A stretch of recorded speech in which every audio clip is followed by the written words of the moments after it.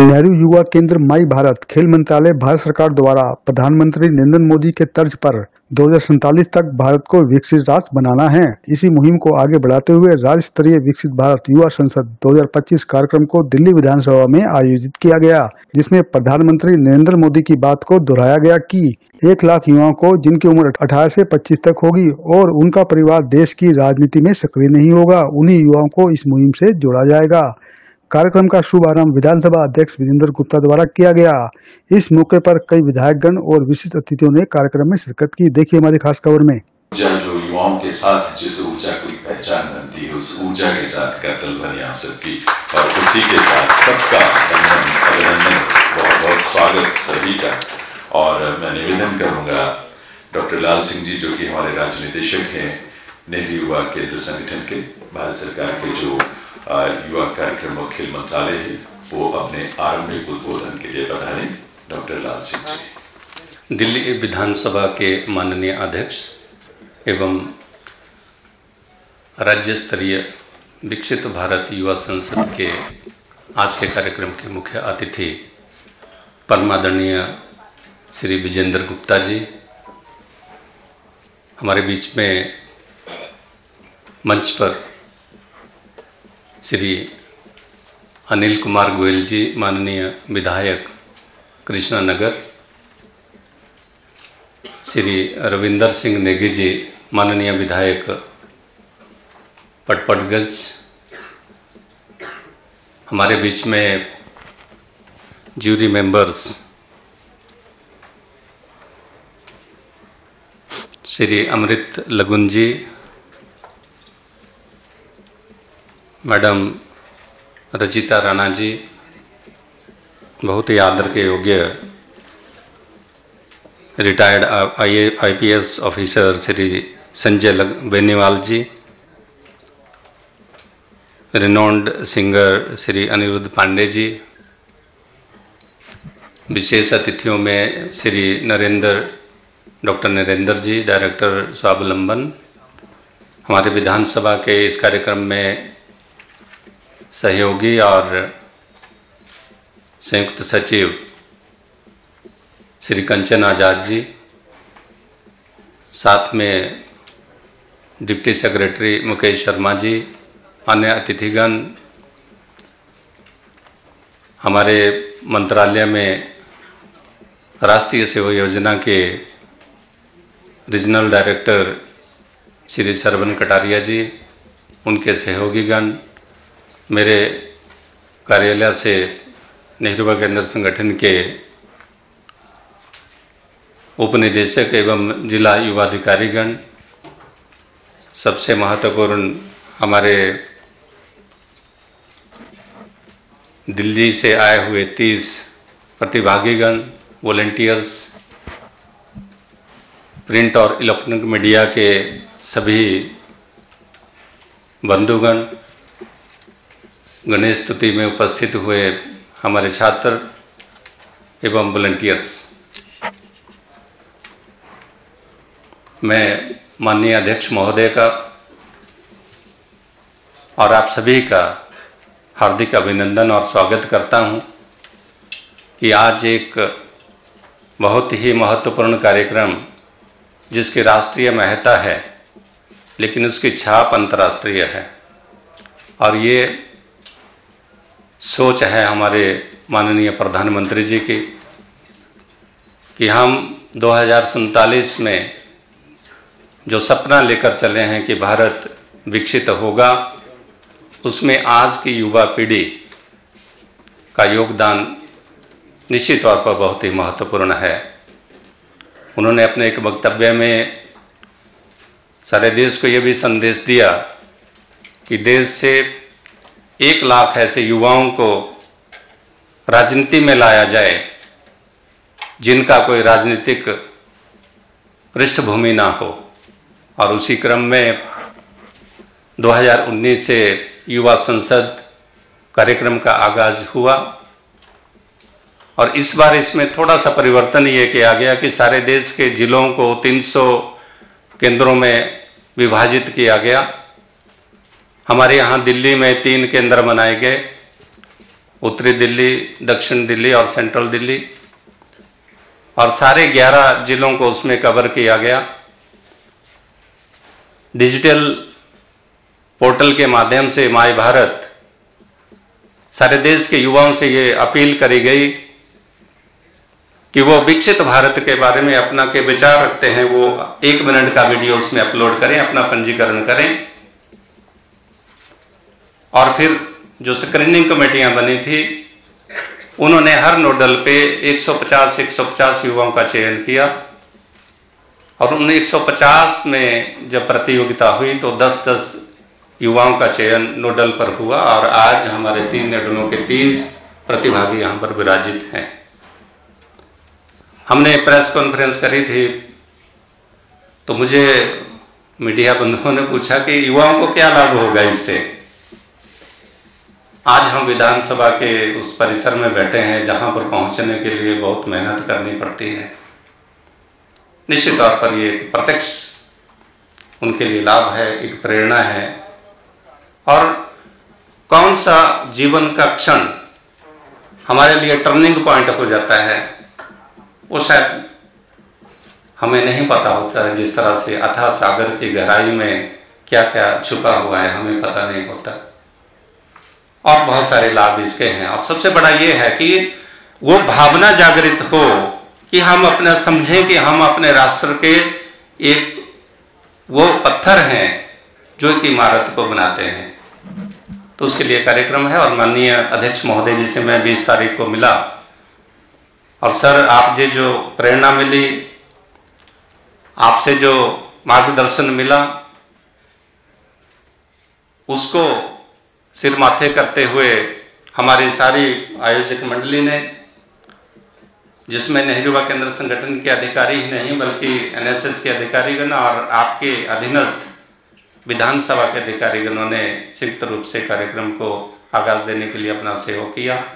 उसके लिए मैं आपका बहुत धन्यवाद भी करता हूं कि आपने जो प्रेरणा दी, जो मार्गदर्शन किया, उसका आज परिणाम है कि हम एक समूह के रूप में यहाँ पर विराजित हैं, और आपके आशीर्वचन सुनने के लिए हम ललायत हैं। इसलिए मैं ज़्यादा समय नहीं लूँगा, लेकिन चूंकि हमारे माननीय विधायकों को भी आपने आग्रह किया कि इस महत्वपूर्ण कड़ी में आप न केवल अतिथि के रूप में हमारे बीच में आए, बल्कि आप ज्यूरी का भी काम करें, निर्णायक मंडली का भी काम करें, जिसमें हमारे माननीय श्री अनिल गोयल जी और रविंदर सिंह नेगी जी आज हम सभी के साथ अतिथि भी रहेंगे, और साथ में निर्णायक मंडल के माननीय सदस्य भी रहेंगे। तो मैं आप सभी का एक बार पुनः बहुत बहुत धन्यवाद भी करता हूं और स्वागत भी करता हूं। और भविष्य में भी जो नेहरू युवा केंद्र और माय भारत मंत्रालय, युवा कार्यक्रम, खेल मंत्रालय के जो कार्यक्रम होंगे, आपका आशीर्वाद, आपका आशीर्वचन और आपका सहयोग हमें प्राप्त होता रहेगा। मैं सभी का एक बार पुनः धन्यवाद करते हुए यहीं पर विराम लेता हूं। जय हिंद, जय भारत। तो बिना किसी विलंब के आपसे ये निवेदन जरूर करूंगा कि एक बार करतल ध्वनि से आइए हम सब निवेदन करें। माननीय विधानसभा अध्यक्ष से कि वे इस अवसर पर अपने संबोधन के लिए पधारें। आज इस विकसित भारत के संकल्प के साथ राज्य स्तरीय विकसित भारत युवा संसद में पधारे सभी मेरे युवा साथियों, बहनों और भाइयों, मुझे आपका यहाँ उपस्थित होना मुझे अपने छात्र जीवन की याद दिलाता है। वाकया बहुत पुराना है, लेकिन आज भी मेरे मन और मस्तिष्क में वो छाया हुआ है, जो शायद मेरे जीवन में एक मील का पत्थर साबित हुआ। जब मैं 9वीं कक्षा का छात्र था, 1976 और 77 की बात है, तो मोक पार्लियामेंट की एक प्रतियोगिता में मुझे भाग लेने का अवसर मिला, और उसमें उस समय इमरजेंसी का टाइम था, और मैं स्वास्थ्य मंत्री के रूप में मुझे उसमें भूमिका मिली। और पूरी पार्लियामेंट जैसे लगती है वैसे पार्लियामेंट लगी, पक्ष विपक्ष, अध्यक्ष और पार्लियामेंट का सारा स्टाफ, सेक्रेटरी जनरल, और प्रश्नकाल था जो उस समय वहां पर प्रदर्शित किया गया। प्रश्नकाल था और स्वास्थ्य मंत्री से प्रश्न पूछे गए थे, और क्योंकि उस समय इमरजेंसी में स्टरलाइजेशन का जोर था तो स्टरलाइजेशन पर सवाल हुए थे। और मुझे याद है कि वो जो भाव मेरे मन में उस समय उत्पन्न हुआ, और मैंने ये महसूस किया जैसे मानो मैं वाकई में ही स्वास्थ्य मंत्री हूं। उस समय डॉक्टर करण सिंह स्वास्थ्य मंत्री थे, स्वास्थ्य मंत्री हूं, और उस भाव से मैं संसद में अपना वक्तव्य दे रहा हूं। तो बहुत कम आयु में जब इस तरह का एक मनोभाव और एक कॉन्फिडेंस, आत्मविश्वास, और उसका परिणाम ये निकला कि मुझे फिर मावलंकर हॉल में पुरस्कृत भी किया गया कि आपने बहुत जीवंत अपनी भूमिका को किया है। वो सर्टिफिकेट मेरे पास आज भी है भारत सरकार का, और मैंने उसको पिछले लगभग 40 साल से, 40 को ज़्यादा हो गए, 49 ईयर्स से उसको मैंने संजो के रखा हुआ है। मैं चाहता हूँ आप सबका भी अनुभव इसी प्रकार से आज इस अवसर पर रहे, और आप तो एक पूरी प्रक्रिया के बाद यहाँ पर आए हैं।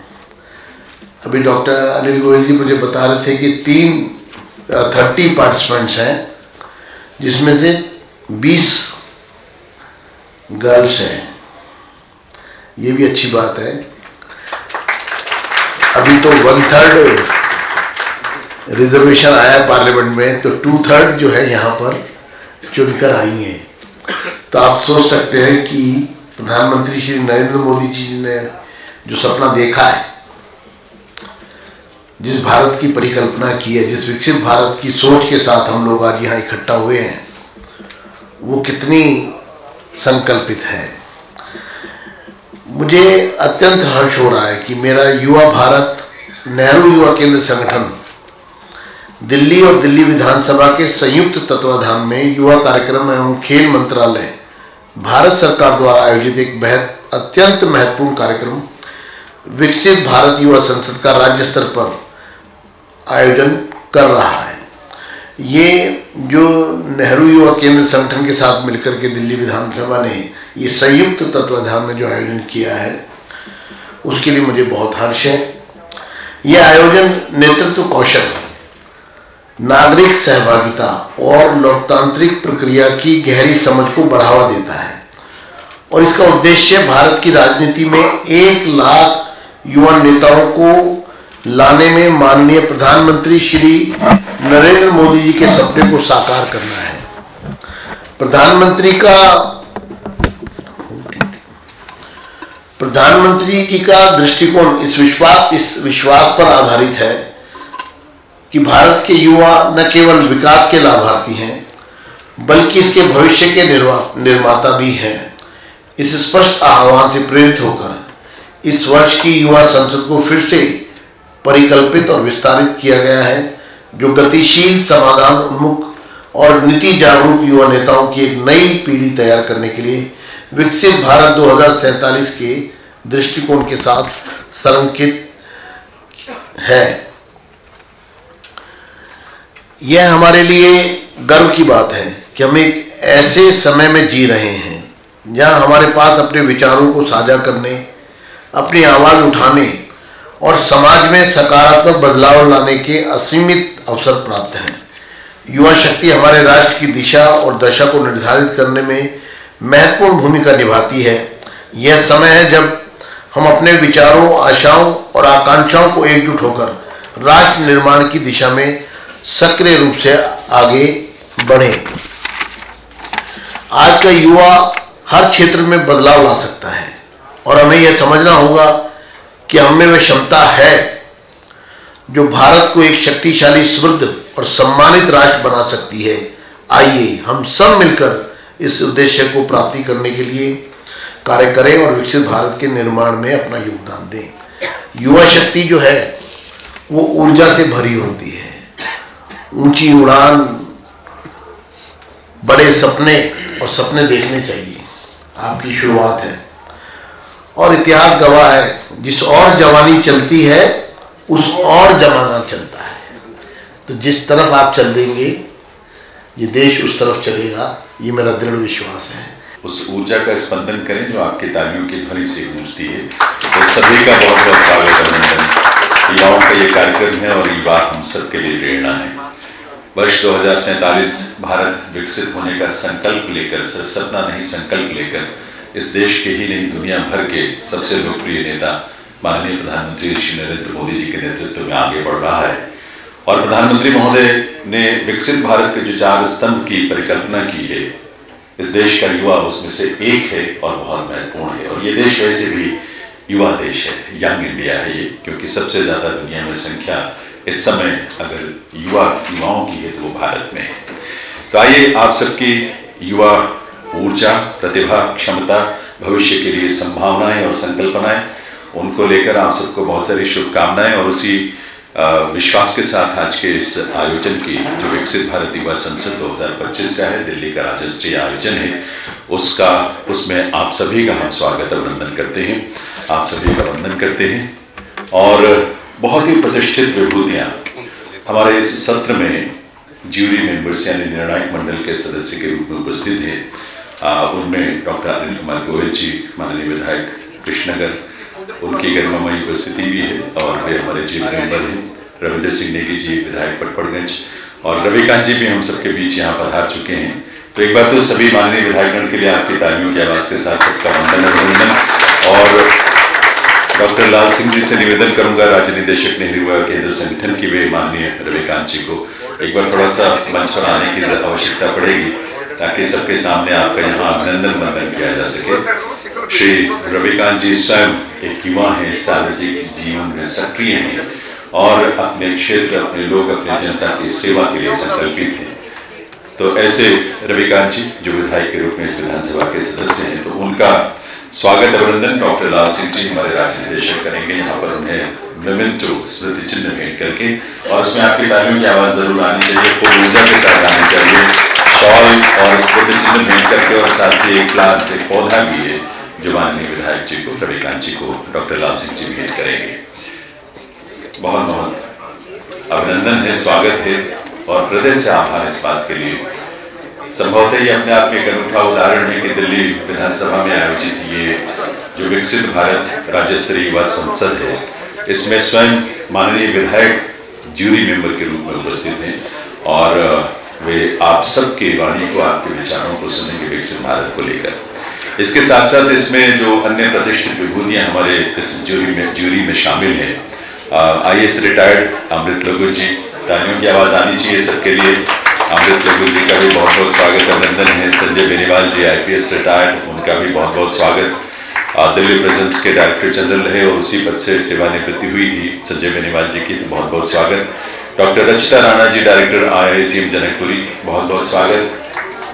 आप भूल जाते हैं तो उनका भी आपकी तालियों के साथ। और अनिरुद्ध पांडे जी, बहुत ही सुरीले और प्रतिष्ठित प्रख्यात गायक हैं अनिरुद्ध पांडे जी, उनका भी बहुत बहुत स्वागत। तो इन सभी का स्वागत आपकी कतल भरी, और युवा इधर भी बैठे हैं, आपकी भी तालियों की आवाज आनी चाहिए, सभी की तालियों की आवाज के साथ।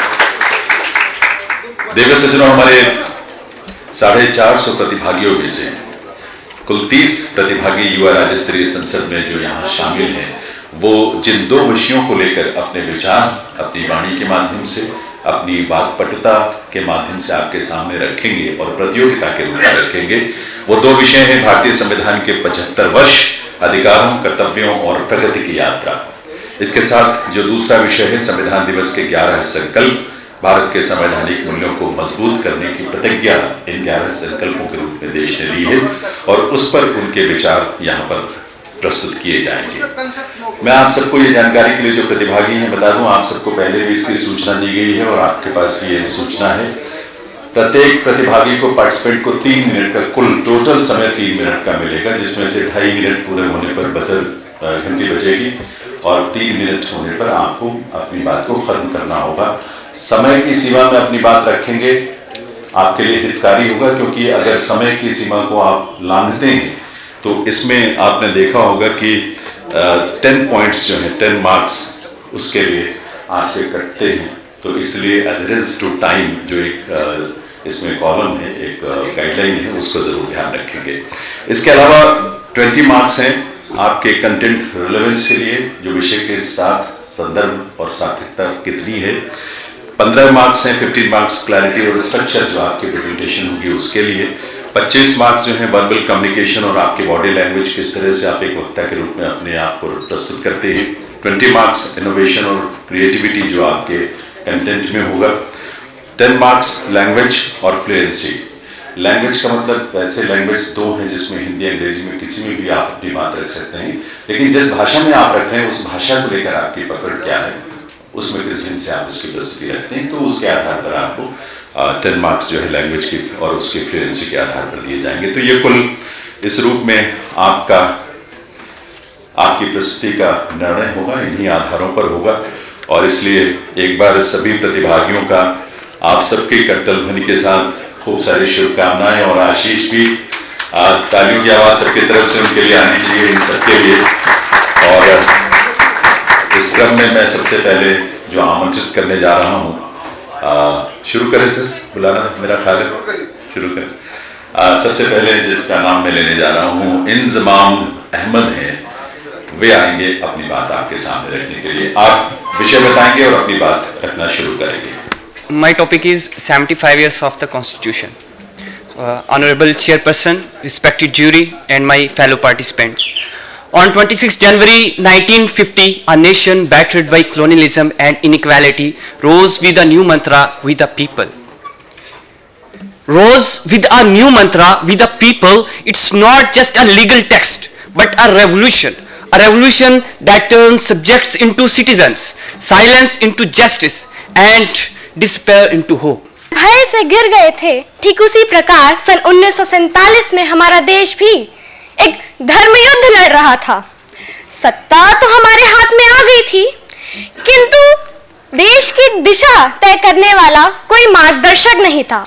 Samvidhanam Jivitam Tattvika Darshanam.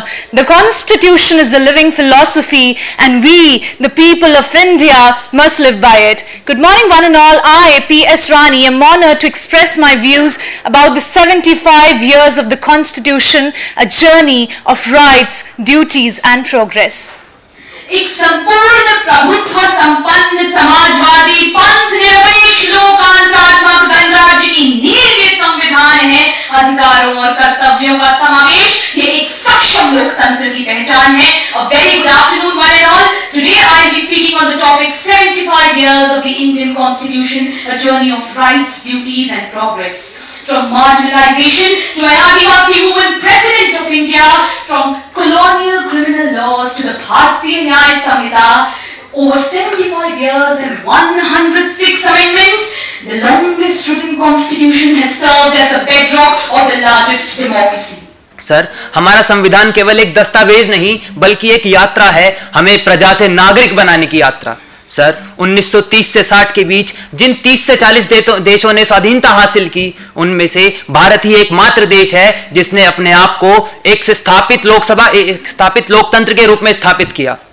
Sir, इस लोकतंत्र को सफल बनाने में 3 प्रमुख गैर संस्थागत स्तंभ विशेष रूप से महत्वपूर्ण हैं, जिसमें पहला है सेक्युलरिज्म यानी धर्मनिरपेक्षता। सर, भारत जहां संविधान में 22 शेड्यूल्ड लैंग्वेजेस हैं, 700 से ज्यादा मातृभाषाएं हैं, 2000 से अधिक बोलियां हैं, हर धर्म जाति संस्कृति के लोग बसते हैं, वहां संविधान ने हमें सद्भावना से जीने की शिक्षा दी। 75 साल, विभिन्न धर्म, 140 करोड़ से ऊपर की जनसंख्या, और आज भी हम सभी सशक्त खड़े हैं। ये इस बात का प्रत्यक्ष रूप से प्रमाण है कि किस प्रकार हमारा संविधान हमें सशक्त बना रहा है। नमस्कार, सदन की गरिमा को मेरा सादर नमन। बहुत समझने वाली बात है, अगर आज हम इस सभागार में बैठे हैं, आज हम इस विषय पर अपने विचार प्रस्तुत कर रहे हैं, तो ये इस बात का प्रमाण है कि आज संविधान ने हमारे समाज में नैतिकता बना के रखी है। महोदय, आज इस सभागार में अगर हमें इस प्रतियोगिता को सफल बनाना है तो क्या सिर्फ बोलना आवश्यक है कि सुनना भी आवश्यक है? दोनों चीजें जरूरी हैं। अगर मैं चाहती हूं कि लोग मुझे सुने तो मुझे लोगों को सुनना पड़ेगा। यानी अगर आप चाहते हैं कि आपको अधिकार मिले तो आपको अपने कर्तव्यों का भी पालन करना पड़ेगा। यही संविधान ने सिखाया। मेरा विषय है भारतीय संविधान के 75 वर्ष अधिकार, कर्तव्यों और प्रगति की यात्रा। अब हवाएं ही तय करेंगी रोशनी का फैसला, जिस दिए में जान होगी वो दिया रह जाएगा। एक दिए की तरह हम सभी को उजाला देते हुए आज हमारा संविधान अपने 75 वर्ष पूरा कर चुका है। साथियों, हमारा संविधान कोई एक कानूनी दस्तावेज नहीं है, बल्कि ये सिंधु घाटी के जम्बूवेल से लेकर महावीर के तब तक, बापू के दांडी मार्च से लेकर शांति का उपदेश देते बोध तक के चित्रों को सजोए हमारे राष्ट्रीय आंदोलन की महान विरासत का प्रतीक है। अटल बिहारी वाजपेयी जी वंस सेड कि सत्ता का खेल तो चलता रहेगा, सरकारें आएंगी जाएंगी, पार्टियां बनेंगी बिगड़ेंगी, लेकिन ये देश रहना चाहिए, इस देश का लोकतंत्र अमर रहना चाहिए।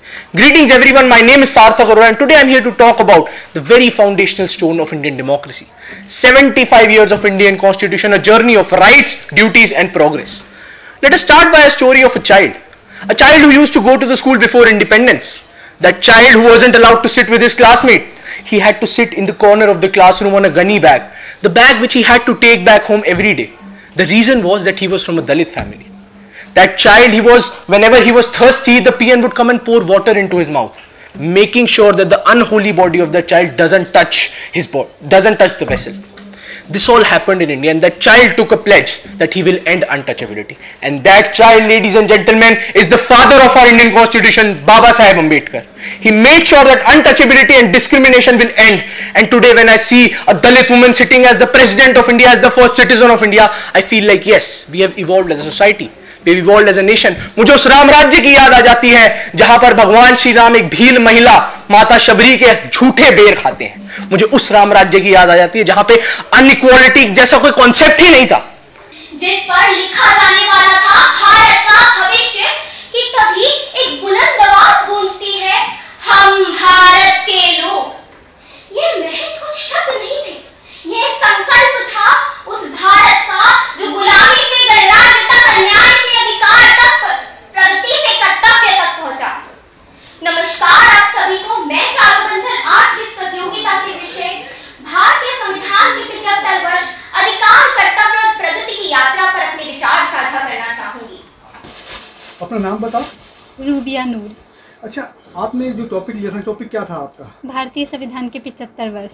अच्छा, 75 वर्ष के बारे में जो आपने बोला, आपको लगता है आने वाला समय जो 30 यहाँ पार्टिसिपेंट जो बच्चों ने किया यहाँ पर 30 थे, कितने थे? हाँ, टोटल 30 थे। टोटल 30 थे। 30 में से 3 सिलेक्ट किए गए जजों ने। तो क्या लगता है आपको कि वो ज्यादा अच्छा बोले कि आप में कहीं ना कहीं आप लोगों में कमी थी बोलने में, डायलॉग में, या आपकी बॉडी लैंग्वेज में, या कोई ऐसा टॉपिक आपने गलत लिया हो? नहीं, देखिए विषय तो सब बच्चों का समान ही था, तो मेरे ख्याल से जो फ़र्क पड़ा है वो कंटेंट का ही पड़ा है। बाकी मतलब टॉपिक सबके पास समान था, टाइम भी जो है वो समान था, तो मेरे ख्याल से थोड़ा बॉडी लैंग्वेज का और जो आपकी फ्लुएंसी ये सब जो है वो देखा गया होगा। मैं मतलब खुद को नहीं बोलती, मुझे लगता है कि मेरे में तो खैर कई कमियां रहीं जिन्हें सुधारा जा सकता था, लेकिन मुझे लगता है कि और जो मतलब बच्चे थे जिनका मुझे और ज़्यादा अच्छा लगा, मतलब फर्स्ट के लिए तो मैं बोलती हूँ कि हाँ भाई उनको आना चाहिए था, पर सेकेंड या थर्ड के लिए अन्य बच्चे भी जो है वो मतलब आ सकते थे प्रतिभागी। ये आपको लगा कभी फेल होने वाला आदमी टॉप पे चला जाता है? ऐसा तो जो है वो बहुत बार होता है, जो है वो APJ अब्दुल कलाम से लेकर जो है वो हम इतने सारे एग्जाम्पल जो है वो दे सकते हैं। ठीक है, किसी ने सोचा नहीं था अल्बर्ट आइंस्टाइन का एग्जाम्पल कि जिन्हें स्कूल से ही बाहर निकाल दिया गया था, लेकिन वो महान वैज्ञानिक बन गए। तो मनोबल तो कहीं टूटा नहीं, मतलब जब खुद की जी बिल्कुल, और कोशिश करेंगे कि आगे कमियों को जो है वो सुधारा जाए और यहाँ से जो सीखा है उसको आगे जो है वो जारी रखा जाए। कुछ सीखने को मिला है? बिल्कुल सीखने के लिए बहुत मिला। तो खुशी है कि कुछ सीखने को मिला? हाँ, खुशी है, लेकिन हाँ हार का थोड़ा सा दुख तो जो है वो रहता ही है। दिल्ली विधानसभा में बोल रहे हो आप? हाँ जी बिल्कुल। बड़ी बात नहीं है ये, बहुत बड़ी बात है मेरे लिए भी, परिवार के लिए भी, और मतलब हम जैसे लोगों के लिए कि वहाँ पे जब किसी भी तरह की जो है वो पीछे पृष्ठभूमि के बिना यहाँ पर आना है अपने आप में जो है वो बहुत बड़ी बात है। और बाकी जो है वो आगे कोशिश करेंगे कि विधानसभा से आगे जाकर संसद तक का भी जो है वो सफ़र हम तय करें। जब आप लोग परफॉर्म कर रहे थे और जब रिजल्ट का समय आया तो आपको क्या लग रहा था? भाई आपका नंबर आने की उम्मीद है कि आपसे ज़्यादा अच्छे जो बच्चों ने बोला स्टेज के ऊपर, देखिए, जो भी इंसान मेहनत करता है उसे उम्मीद तो होती है। अब मैंने अपने एंड से जितना मुझसे हो पाया मैंने उतनी मेहनत की थी। भले ही दूसरों का सुनने के बाद ये उम्मीद भी थी कि कहीं ना कहीं वो लोग कहीं किसी ना किसी चीज़ में ही सही बेहतर तो थे, और शायद उनकी उसी काबिलियत की वजह से आज वो वहाँ हैं और मैं यहाँ। पर कोई बात नहीं, ये एक अनुभव था और इससे बहुत कुछ सीखने को मिला और मैं उसे ही साथ लेके जाना चाहती हूँ। युवा संसद का जो कार्यक्रम विधानसभा में, क्या लगता है आने वाला युवाओं के पास जो विकसित भारत का संकल्प है मोदी जी का, 2047 में पूरा हो पाएगा क्या? मेरे हिसाब से पहले हो जाएगा, और उसका रीज़न ये कि these initiatives which the government has taken, ऐसे हमें मौके मिल रहे हैं युवा को। सिर्फ चाइना का जब हम एग्जांपल लेते हैं, वहाँ पे क्या हुआ था कि जो युवा था उसने उस युवा को यूज़ करके अपनी इकोनॉमी को डेवलप किया। एंड आई थिंक इंडिया अभी उसी स्टेज पे है। एंड अगर ऐसे इनिशिएटिव्स और होते रहे, मुझे नहीं लगता कि विकसित भारत 2047 में आएगा। मेरे हिसाब से बहुत पहले आ जाएगा उससे। सेकंड प्राइज मिला है, दिल्ली से हो, कैसा अनुभव कर रहे हो आज विधानसभा में मिला? सर, मेरा तो बचपन से सपना था। मैंने बचपन से स्टेट यूथ पार्लियामेंट, जब भी मैंने इसके बारे में वीडियोस देखे हैं, मैंने हमेशा अपने आप को मैंने अपने लिए सोचा है कि कभी एक बार मुझे अगर कुछ देश के लिए बोलने का मौका मिले। आज अगर मुझे सेकंड प्राइज़ मिला है सर, मैं मम्मी पापा को, भगवान को, अपने टीचर्स को, सबको थैंक यू बोलना चाहती हूँ, बिकॉज ये सिर्फ उनकी वजह से पॉसिबल हो पाया। मैं बहुत खुश हूँ सर आज। आपको थर्ड प्राइज मिला? यस। अपना नाम बताओ। दिव्यांशी पंडा। दिव्यांशी, जब आपको प्राइज दिया गया, थर्ड अनाउंस किया गया, उस वक्त क्या मन में कुछ था? जब सब लोग बैठे हुए थे, मन में कुछ था भी, कुछ नंबर आया? मेरे को तो लगा ही नहीं था कि मिलेगा, क्योंकि every participant was so good. It's like सबका अलग अपना एक पहचान है, किसी की फ्लुएंसी अच्छी है, किसी का कंटेंट, किसी का स्ट्रक्चर। तो सब ज्यूरी मेंबर्स और उनके पर्सपेक्टिव्स पे डिपेंड करता है कि कैसे चयन किया गया। अच्छा, सबसे बड़ी बात होती है आपके बोलने का ढंग, जो आप शब्दों का उच्चारण करते हैं, वो मेन रहता है कि कुछ और भी चीज़ है आपको लगता है डायलॉग जब बोलते हो आप लोग? मेरे हिसाब से किसी भी एक अच्छे वक्तव्य के लिए, एक डिबेट के लिए, एक स्पीच के लिए सिर्फ बोलने का ढंग, बोलने का लय, बोलने का आधार ही मायने नहीं रखता है, बट आपका कंटेंट का स्ट्रक्चर क्या है, आप एक टॉपिक को दूसरे टॉपिक से लिंक कैसे कर रहे हैं। अगर हम राइट्स, ड्यूटीज़ और प्रोग्रेस की बात करें तो राइट्स अलग, ड्यूटीज़ अलग और प्रोग्रेस अलग, पर तीनों साथ में कैसे भारत को विकसित कर सकते हैं। तो इन सब चीज़ों का अगर कोई एक अच्छा वक्ता ध्यान रखे तो काफ़ी अपने पर उन्नति कर सकता है। सर, आज जो कार्यक्रम किया जा रहा है, युवा कार्यक्रम खेल मंत्रालय द्वारा किया गया है, इसमें विकसित भारत पार्लियामेंट के प्रोसीजर्स और क्या 11 संकल्प माननीय मोदी जी के थे, इस विषय पर 30 स्टूडेंट्स या 30 युवा जो पूरी दिल्ली से चुनकर यहाँ आए, उन्होंने 3-3 मिनट बोला। और ये इस तरह से पूरे देश में लाखों लोगों को, लाखों युवाओं को मोदी जी की मार्गदर्शन के अनुसार तैयारी की जा रही है। और ये तैयारी क्या हो रही है, ये आगे जाने वाले ये युवा देश के भविष्य के नेता बनेंगे, देश के सामाजिक विकास में सहयोग करेंगे, अपने खुद के व्यक्तिगत प्रोफाइल में उनकी बढ़ोतरी होगी। तो मिलकर आज हम लोगों ने इसमें 30 में से 3 लोगों को चयन करा, जिन्होंने अच्छा बोला, कंटेंट अच्छा बोला, लैंग्वेज जिनकी अच्छी थी, जिन्होंने जो सब्जेक्ट दिया गया उसको अच्छी तरह से प्रेजेंटेशन किया, टाइम लिमिट में रहे। इन सब पैरामीटर्स पर हम उनको जज करके जो टॉप 3 लोग हैं वो कल वहाँ पार्लियामेंट में जाएंगे। पूरे देश के 36 स्टेट से और 3 लोग आएंगे। मैं माननीय मोदी जी को बहुत बहुत बधाई, धन्यवाद देना चाहता हूँ कि ऐसी सोच एक प्रधानमंत्री ने लाई देश में, जो पहले बहुत सारे किसी लोग नहीं हैं। और ये वो लोग हैं 1 लाख जो किसी भी पॉलिटिकल बैकग्राउंड से नहीं है, लेकिन देश की समझ रखते हैं, ये समाज की समझ रखते हैं, ये कॉन्स्टिट्यूशन की समझ रखते हैं। कॉन्स्टिट्यूशन में 75 साल में क्या कॉन्स्टिट्यूशन में है, क्या उसमें प्रोग्रेस हुआ, क्या हमारी ड्यूटीज़ हैं, ये भी उनको मालूम है। ये बहुत बड़ी बात, क्योंकि सब अपने, वो कहता मेरे अधिकार, लेकिन आपकी ड्यूटीज़ भी आपको पता होनी चाहिए। क्या प्रोग्रेस हुआ देश में इस कॉन्स्टिट्यूशन के कारण, इनइक्वालिटी ख़त्म हुई, रिजर्वेशन हुआ, जेंडर इनइक्वालिटी ख़त्म हुई, ऐसे बहुत सारे काम हुए हैं जिस पर हमको गर्व है। और ये ऑनगोइंग प्रोसेस है, ऐसा नहीं है यहाँ 75 ईयर्स हो गए ख़त्म, ये ऑनगोइंग प्रोसेस है। और ये प्रोसेस क्या है, अगले 25 साल में देश विकसित हो, इस कॉन्स्टिट्यूशन में जो अमेंडमेंट करने की ज़रूरत है वो भी होगा, और देश के विकास में भी ये लोग सहभागी होंगे। आज का हमारा सबका संकल्प ये है कि अगले 25 साल में देश विकसित हो, कॉन्स्टिट्यूशनल तरीके से हो, अपने कर्तव्यों का पालन कर हो, अपने 11 संकल्पों को साथ लेकर चलने के साथ हो जो मोदी जी ने दिए। धन्यवाद। आज बहुत ही हर्ष का विषय है। एक तो हिंदू नववर्ष की भी शुरुआत है, और उसके साथ साथ जो युवाओं के लिए राज्य स्तरीय खेल मंत्रालय द्वारा जो युवा संसद हो रही है, उसका एक बहुत बड़ा इनिशिएटिव जो यूथ पार्लियामेंट के माध्यम से हो रहा है वो बहुत ही अच्छा है। और इसका सीधा सीधा जो हमारे युवा हैं, जो कल का भविष्य हैं, वो कैसे होना चाहिए, वो आज विकसित भारत का संकल्प लेकर सभी लोग 75 वर्ष जो हमारे संविधान को हुए हैं, साथ साथ जो हमारे 11 संकल्प हैं संविधान के लिए, उसके ऊपर टॉपिक्स लिए हैं और उस पर इतना अच्छा एक प्रतिभा उनके निकल के आ रही है। जो 30 हमारे युवाओं ने जो इस बारे में बोला, एक से एक प्रतिभा उनकी देखने को मिली। इतना अच्छा उनका कमांड है बोलने पर भी, और उनके विचार जो हैं बहुत ही एक विकसित भारत को लेकर बहुत ही अच्छे विचार हैं।